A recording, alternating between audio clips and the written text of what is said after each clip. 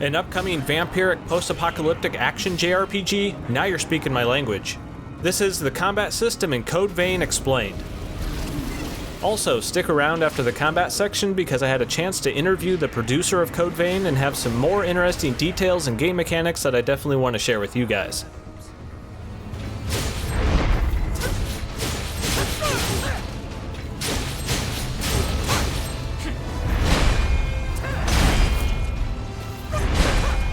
Let's briefly fly by the absolute basics of the game first. You have a dodge, a block, a sprint, a parry, gifts, and a variety of attack inputs that all rely on proper management of your stamina gauge, along with a few more advanced mechanics that I'll be getting to shortly. Your standard weak attacks are a fast way to string together some raw damage.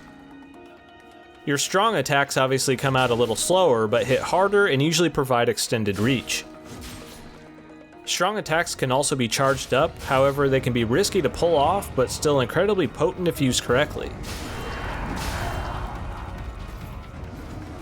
Dodge attacks and dash attacks are roughly the same, and are some of the quickest attacks you have access to.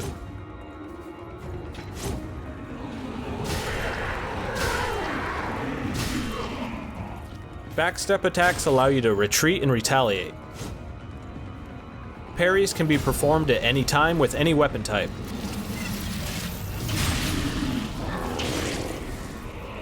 The slower charging drain attacks and quick drain combo replenish your I-core, allowing you to use more of your activatable gifts, which I'll elaborate on in a moment.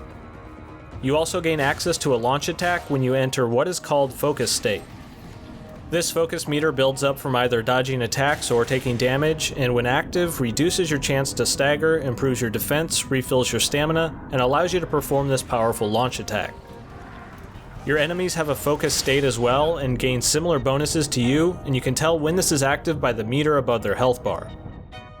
Every weapon type also has its own unique special attack, which I plan to deep dive into and demonstrate better in a future video once I have access to every weapon, so stay tuned for that. Lastly, one of the most important aspects in Code Vein is proper use of your I-core you drain from enemies, which allows you to use your most powerful abilities called gifts. These are essentially the spells or skills in the game, and they help to shape your overall playstyle. These can be powerful ranged attacks, defensive shields, devastating super attacks, evasion tools, and many others. Which gifts you can use are dictated by your blood code, which are similar to having character classes but can be swapped out at any time. Once chosen, the more you play with a specific blood code, the more of these gifts unlock over time. The flexible blood code system, draining of I-core to use with gifts, and management of the focus meter help to make Code Vein's combat really start to become its own and allows you to tweak your build to a variety of playstyles. Now that pretty much covers the basics of the combat system I learned during the preview event I recently attended, but also had a really cool opportunity to speak with the producer of Code Vein, Kaita Iizuka, and got to ask him about a few more details in the game. The press event was honestly rather noisy when we were doing this interview, so instead of hearing some subpar audio, I'm actually going to speed this all up and just summarize what we discussed.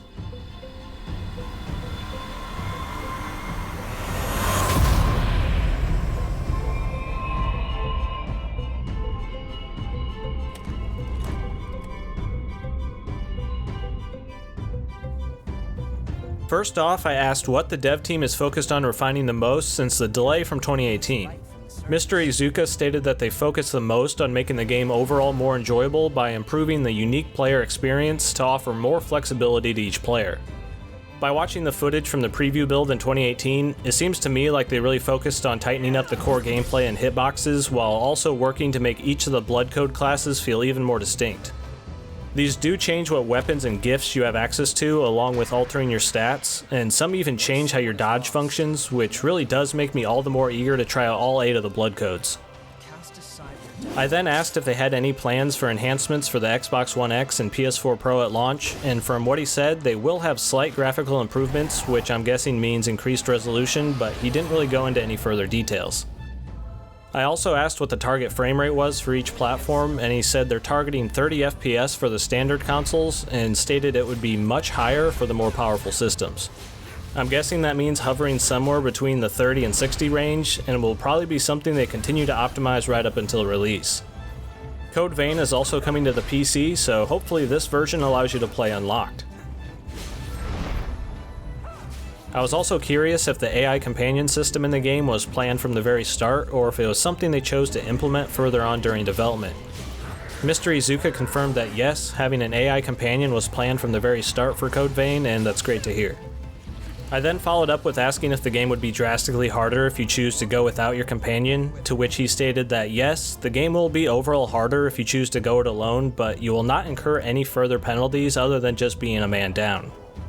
In my experience when I was playing, the AI companion was fairly useful, especially in group encounters, but I still felt perfectly capable when playing solo.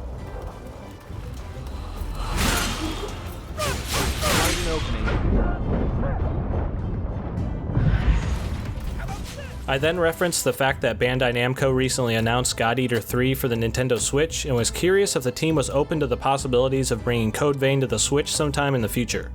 Mr. Iizuka stated that they have no plans for a Switch port at this time. I personally think there still might be hope later on down the line, especially if Code Vein sells well on the other platforms.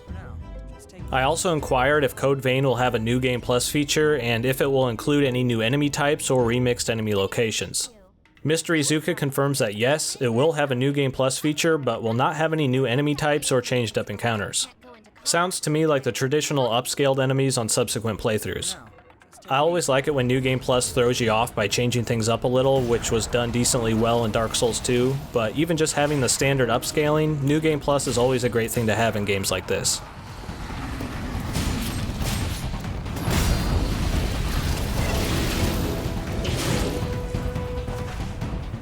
I then asked if the game will have any specific features that will encourage or help with speedrunning and challenge runs.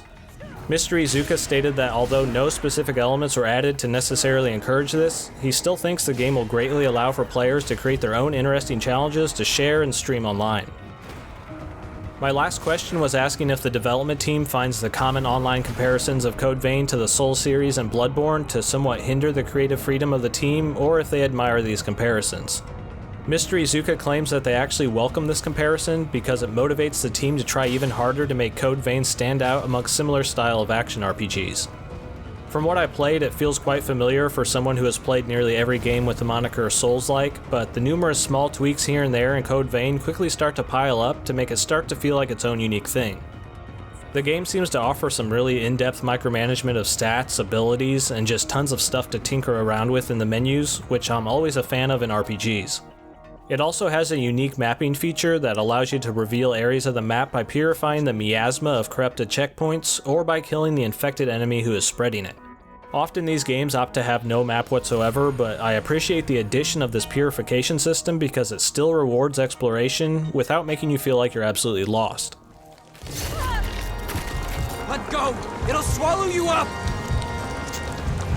It's all right. You can do it.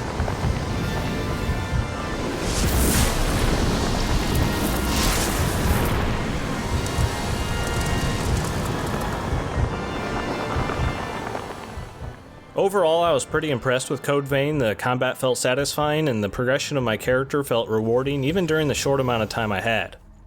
I'm hoping the level design really opens up more in later areas and would like to see the frame rate and animations touched up a bit more, but they do have the time to get in a little more polish and have a really solid action game at launch.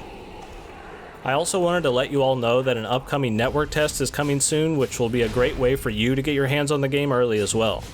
Check the Code Vein site linked in the description for more details, and I'll also pin a comment down below with the announced dates. I'm pretty excited to try out the multiplayer aspect of Code Vein, and I'll be right there with you to help out during the network test.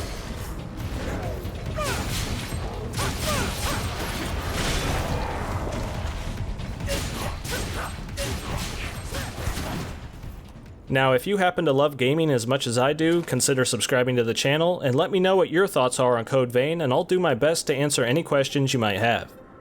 I want to personally thank Bandai Namco for flying me out to San Francisco for the Code Vein event, and as always, this has been Deadite from Boomstick Gaming, and thanks for watching.